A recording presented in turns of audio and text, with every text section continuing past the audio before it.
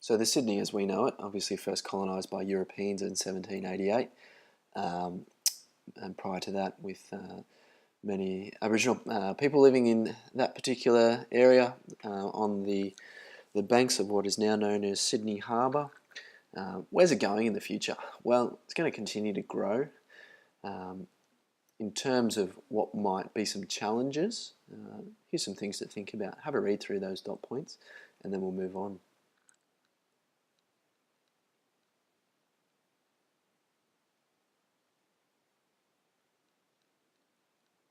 So like all cities around the world, there are significant challenges. Cities all around the world are continuing to grow. We've got now more people living in urban areas, in cities, than in rural areas around the world. So Sydney is another example of that. It's continuing to grow in size every day, every week, every year. It's going to present some issues, obviously, as you just read there. So this map looks at Sydney's urban growth history. So we can see those areas, dark maroon, settled prior to 1917. So inner west, inner east and parts of the North Shore, you've got suburbanisation taking place from, I guess, 1917 up to 1975. Parts of the North Shore, the northwest, the southwest, and the southern regions. And then you've got in yellow some of the expected urban sprawl in those outer fringe areas of Sydney. So in a previous video I mentioned Oran Park and the ponds as prime examples of these suburban developments. Sydney is limited topographically to how far it can expand. Obviously to the north there we can see the Hawkesbury and the national park surrounding that. To the south we've got the Royal National Park. These areas are of course conserved and preserved and are just not suitable for suburban growth anyway, but they're not going to be built upon. So it can't further expand to the north, to the south, or so much so to the west because of the Blue Mountains and that obviously distinct Blue Mountains range there. We've got the southwestern region though continuing to expand through suburbanisation. So to the north you've got Windsor, Richmond, those particular areas that were on the fringe of Sydney. So people who might have either first settled there or moved there because they wanted to maybe live in a more rural setting, continue to commute to the city, whether that's ex-urbanisation or decentralisation, but they might find themselves actually being part of suburban Sydney in the not too distant future. So as you can see there, Sydney is continuing to grow quite at a rapid rate really. There's a lot of attractive features of Sydney, and that's attracting people within New South Wales, within Australia and internationally as well. So you can see that by 2061 it's expected to have around 8.5 million people. So Sydney in the future, whether it's Sydney 2036 or Sydney 2026, these are some things that are going to be on the, I guess, on the mind of New South Wales government and those in charge. So have a look through those things, and I'll discuss them a little further. So I'll mention strengthening a city of cities in a minute, but if we look at growing and renewing centres, so that might be through infilling areas that might have been manufacturing zones or industrial zones. They might experience urban consolidation through the construction of apartments. It might be redevelopment of other areas for commercial industry, commercial and industry. So transport, obviously I mentioned previously in another video about the Northwest Rail Link. That's going to be very important. You've had the M7 recently, only in the last couple of decades, be put in, and that saw a significant decrease in traffic congestion and more, I guess, connectivity for Western Sydney. So on the next map we'll see a proposed location for another arterial road in Sydney. You've got upgrades to the Parramatta Road, already underway, and that's going to see some important steps being made in terms of infrastructure. So housing Sydney's population, significant issue. Obviously we saw in the previous slide the growth, and that growth, well, it has to be housed. It's more sustainable to house those populations in high density urban consolidation type developments, but not everyone is going to want to live in that type of dwelling. So what are some sustainable methods for suburban growth in Sydney's urban fringe? Growing Sydney's economy. So Sydney is a world city. It wants to maintain its Alpha Plus rating. Who knows, it may want to even extend its economic dominance to become a real power player.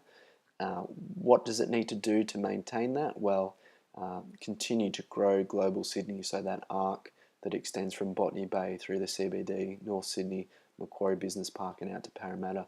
Growing the economic, I guess, strength of Parramatta and becoming a city within city is a real focus for New South Wales government there.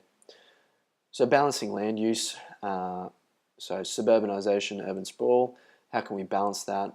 Housing people with maintaining green space, areas of parklands, recreation areas, obviously maintaining habitats for local flora and fauna, and ensuring that ecosystems can continue to, I guess, maintain their normal processes without being harmed by humans. So tackling climate change. So what does that actually look like? Whether that's reducing the amount of private car usage. In a previous video we looked at a map that identified the western, northwestern regions of Sydney having quite high personal car usage to travel to and from work. So encouraging people to jump on public transport of all types will ensure that carbon emissions decrease in Sydney. Thinking about sustainable building options, obviously maybe even seeing inner areas of Sydney undergo a process of, I guess, greening, for want of a better term, but there has been a phenomenon called the urban heat island effect noticed in many cities of the world, where a lot of your green space has been demolished for obviously urban areas, and what we see is a rise in temperature in these urban areas. And Sydney is obviously, because it's a basin, can struggle with this particular thing, so it needs to think about, and obviously the people in charge need to think about, what processes do we need to take to ensure that you know, our climate, our weather within Sydney is not altered through continued urbanisation. So Sydney's natural environment, obviously a very beautiful location. In the previous decades there have been great efforts to reduce the pollution levels in Sydney Harbour, a recognisable symbol of Sydney internationally, and that has seen the health of the harbour increase rapidly. So there's going to be more and more projects to ensure sustainability and ensure the health of Sydney's natural environment, whether that's aquatic environments or terrestrial environments. That will be a big issue, and will need to be a big issue for this plan towards the future. So livability, a fancy term that's bandied around by many geographers, economists, demographers. Essentially, it's about how nice is it to live in a particular place as opposed to one another. So like everything, we compare, we contrast, we use a set of indicators to measure livability. Sydney's livability, it's ranked quite highly internationally, but it could be improved. So there's various things related to livability, and we'll have a look at that in a minute. So this plan for Sydney's future, we can see that global Sydney arc there becoming more and more important in the future for its economic success, obviously representing 41% of New South Wales' total GDP. Southwestern growth areas, so these areas in the northwest out towards Windsor, Richmond, the areas that are topographically suitable for suburbanisation. You've got manufacturing taking place in Western Sydney. You've got the importance of the cities within cities, so your regional cities and your suburban and major centres becoming important to Sydney's future economic success. So Western Sydney is really an area of growth, whether that's through population or economic dominance. That's becoming an area of focus for the government. So strengthening cities within cities, like I said before, there are some particular areas of Sydney that can be considered their own edge cities, or cities within cities. So they have their own little CBD. So some examples include Chatswood, you've got Parramatta, North Sydney, Liverpool and Penrith, the regional cities of Western Sydney. So further development of these is important. Further infrastructure developments, further economic support is important for Sydney's continued economic success. So where we'll live, some of this data comes from quite a useful article put together by the Sydney Morning Herald. So livability, what's it all about? Well, you've got those things there. That's just one measure of livability. The term livability is, like I said before, quite abstract, yet I guess complicated and made up of many parts.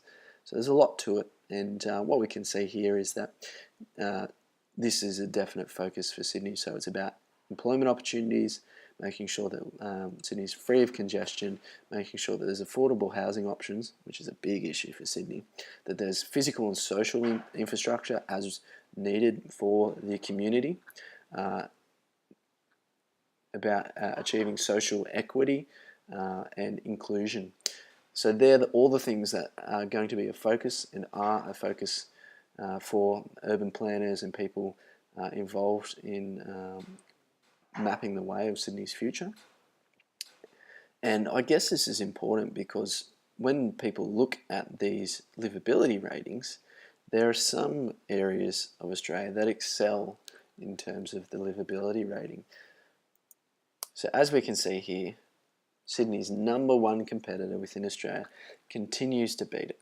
So Melbourne, most livable city internationally, and is a definite competitor for Sydney. So the battle of the codes, you've got rugby league versus AFL, and at the moment AFL is winning. So what can Sydney do to improve its livability and its overall success so that it can continue to be a world-class city that operates within the new economy, that is a nice place to live for its community members, that it has all the needed infrastructure, that it has the sporting events to rival Melbourne. I guess that's going to provide a bit of a challenge, but we'll see in the future whether Sydney can knock Melbourne off its chair.